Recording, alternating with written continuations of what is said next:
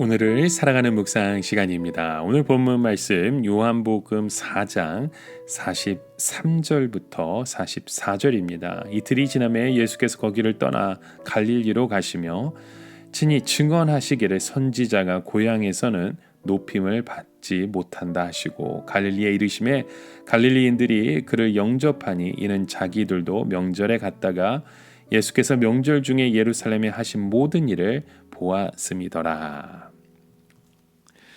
자, 여러분, 우리는 하나님께서 아무리 풍성한 결실을 주셔도 이 게으른 사람에게, 게으른 농부들에게는 추수가 아무 소용이 없다는 사실을 깨닫게 하시죠. 즉, 아무리 그의 날씨가 더웠고 비가 많이 왔다 하더라도 우리가 게을러서 밭에 풀이 무성하게 자라나게 하고 일을 하지 않는 농부라면 아무것도 거둘 수 없게 됩니다. 마찬가지로 이 사마리아인들은 그 즉시 예수님의 말씀을 듣고 천국의 열매를 거두는 일을 했습니다. 우리가 알아야 할 것은 믿는 자들에게는 천국의 열매를 거두는 일이 시간이 오래 걸리는 일이 아니라는 것이죠.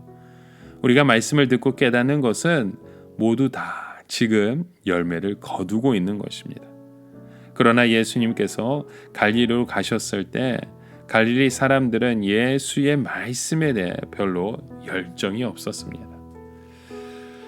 자, 그래서 오늘 본문 말씀 속에 보면 두 가지 상반된 반응을 우리가 살펴보게 됩니다. 하나는 예수님께서 갈릴리로 가면서 선지자가 고향에서는 높임을 받지 못한다고 하신 것이죠. 자, 이것은 예수님께서 갈릴리에서는 높임을 받지 못했다는 뜻입니다. 왜냐하면 이 갈릴리 사람들은 예수님의 말씀에 흥미가 없었습니다. 갈릴리 사람들은 이 예루살렘의 사람들에 대한 열등감을 갖고 있었죠. 그런데 예수님께서 예루살렘에 가셔서 이 성전을 뒤집어 엎는 엄청난 일을 하셨죠. 이것이 아마도 갈릴리 사람들의 마음을 속 시원하게 했던 것 같습니다.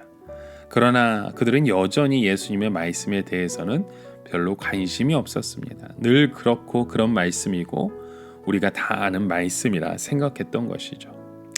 그런데 지금 갈릴리 사람들은 예수님을 무슨 개선장군 맞이하듯이 열렬히 환영하는 모습을 봅니다. 마치 올림픽에 나가서 금메달을 딴 선수를 환영하듯이 그들은 예수님을 그렇게 맞이하고 있는 것이죠. 그러나 예수님께서 원하시는 것은 그런 대접이 아니었습니다. 그들이 사마리아인들처럼 오직 예수님의 말씀에 집중하기를 원하셨던 것이죠. 여러분, 우리가 하나님의 말씀을 가지고 또 하나님의 능력 가운데 서가기 위해서는 사람들의 인정과 눈에 보이는 업적에 관심을 두는 것이 아니라 그 말씀을 올바르게 듣고 행하는 것에 있습니다.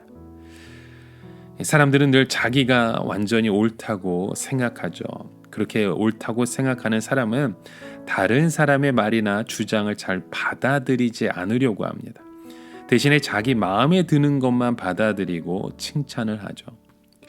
오늘날 많은 사람들은 교회 안에서 또 이벤트에 굉장히 많은 관심을 가지고 또 자녀들의 양육에 관심을 가집니다. 그러나 정작 말씀을 들을 때는 그 말씀이 우리의 삶 가운데 쓴 약이 될 때 우리의 마음이 참 힘듭니다. 왜냐하면 이것은 아무것도 아니라는 생각을 갖고 있기 때문입니다. 우리의 가치관과 우리의 생각이 다른 곳에 집중되어 있기 때문이죠. 여러분, 평범한 하나님의 말씀에서 은혜를 받지 못하고 무엇인가 더 자극적인 것을 찾아가면 여러분, 우리는 세상의 마음을 뺏길 수밖에 없습니다. 지금 갈릴리 사람들은 평범한 하나님의 말씀에서 은혜를 받지 못하고 무엇인가 더 자극적인 것을 원했습니다. 즉, 예수님께서 예루살렘에 올라가셔서 성전을 한 번 더 뒤집어 엎어주시고 예루살렘 사람들의 코를 한 번 더 납작하게 해주기를 바랬던 것입니다. 이것은 결국 우리의 마음에서 예수님을 몰아내는 것밖에 되지 않습니다. 예수님은 갈릴리 사람들의 이런 모습에 굉장히 마음이 아파하셨던 것이죠. 이때 한 가버나움의 귀족이 예수님을 찾아옵니다.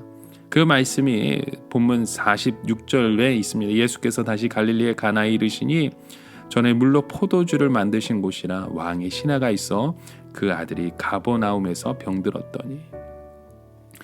여기 왕의 신하라고 하는 것은 당시 갈릴리를 다스렸던 헤롯, 이 안티파스의 신하를 말합니다. 이 신하는 그동안 예수님에 대한 소문을 듣고 있었죠. 왜냐하면 예수님께서 물로 포도주를 만드신 이 가나의 소식을 들었기 때문입니다. 그러나 그는 그동안 예수님께 적극적으로 나올 수 없었습니다. 왜냐하면 그의 상관인 이 헤롯이 예수님을 너무나도 싫어했기 때문이죠. 그러나 그가 더 이상 망설일 수 없는 사건이 터지게 되었죠. 그것은 자기 아들이 병들어 죽게 되었기 때문입니다. 이제 이 신하는 자기 왕이 자신을 싫어한다고 해서 자기를 쫓아낸다 할지라도 아들을 고쳐야 하겠다는 생각에 예수님께 달려와 청한 것입니다. 이것은 대단한 귀한 신앙입니다. 여러분, 우리에게 참 도전이 되는 신앙의 고백들이 많습니다. 그런 도전의 말씀 속에 이 말씀이 먼저냐 아니면 결과가 먼저냐 하는 것을 우리는 생각하게 됩니다. 우리는 하나님의 말씀을 믿으면 결과가 나타나는 줄 함께 믿음으로 고백해야 합니다. 가버나움의 한 왕의 신하는 예수님의 소문을 들었지만 예수님께 나아갈 수 없었습니다. 그것은 그의 직업이 그를 붙잡았기 때문입니다. 예수님을 만나러 갔다는 소문이 나면 왕이 그의 목을 자를 것이기 때문이었죠. 그러나 그의 아들이 병들었을 때 자신의 자리를 내어놓고 예수님을 찾아간 게 되었습니다. 이것이 바로 그의 믿음이었던 것입니다. 여러분, 오늘 우리의 삶 가운데도 그럼 믿음 앞에 눈앞에 나타나는 그 표적만 믿으려는 것이 아니라 그 표적 속에 하나님의 말씀 앞에 우리의 행함이 일어나는 우리의 고백이 세워지는 저와 여러분의 삶의 모습 되시길 주님의 이름으로 간절히 축원합니다. 함께 기도합니다. 하나님 아버지, 하나님의 말씀 속에 우리의 삶을 돌아봅니다. 그 능력 안에 우리의 삶이 일어나길 원합니다. 그런 마음을 주시고 그런 능력을 더해 주셔서 예수 그리스도의 사랑 안에 함께 거하는 믿음의 자녀 되게 하여 주시옵소서. 예수님의 이름으로 기도드립니다. 아멘.